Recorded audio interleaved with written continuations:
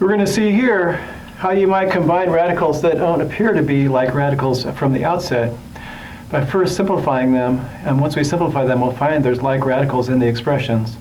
Then they can be combined, and the original expression can be simplified. So we'll try this one over here, the square root of 8 plus the square root of 18. So it's a square root, so you're looking for perfect squares under the radical sign. So 8 is 4 times 2, and 4 is a perfect square, and then 18 is 9 times 2, like that.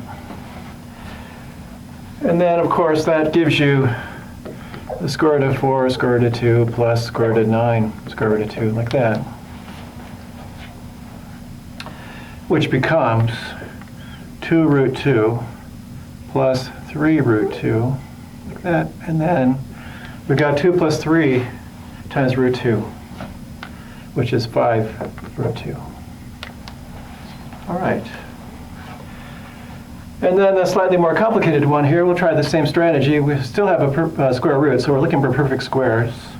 That's 2 square root of 2 times 25 times x, and minus 3 times 72. 72, I'm looking for squares.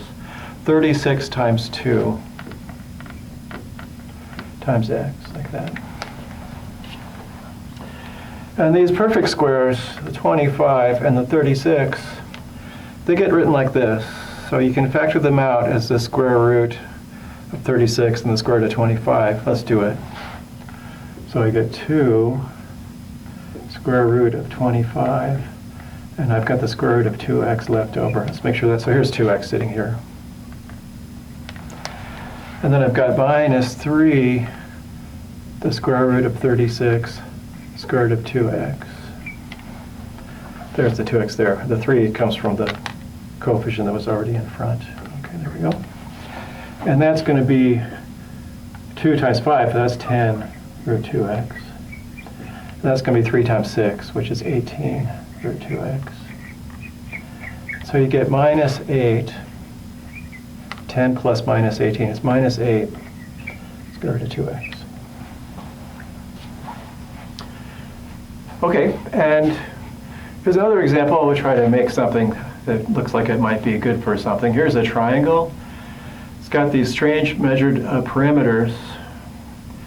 You could actually make this happen by choosing the right coordinates. That would be a good challenge question. What coordinates would you have to use to get these lengths using the distance formula?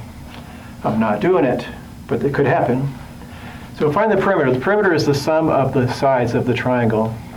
So P is 3 root 20 plus 2 root 45 plus root 75, like that. And those are square roots, and so we're looking for perfect squares. 3 square root 20 is 4 times 5. And 45 is 9 times 5.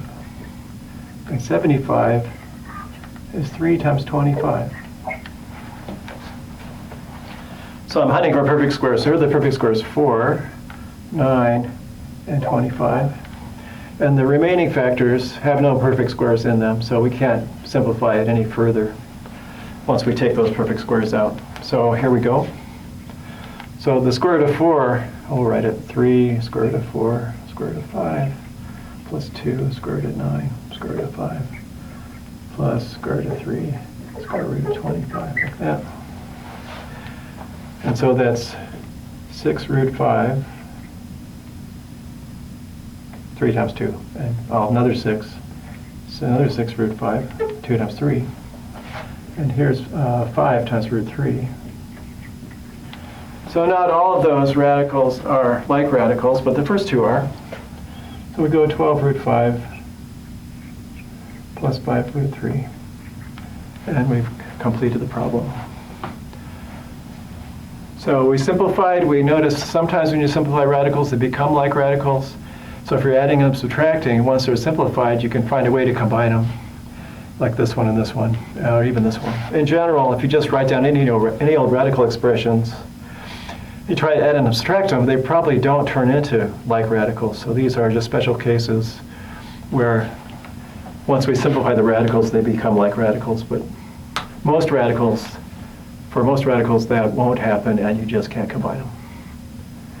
But on homework problems, they're going to pick ones that you can combine or ask you whether or not it's possible to combine them. So sometimes it won't be because you can't make them like radicals, and sometimes it will be because they turn into like radicals.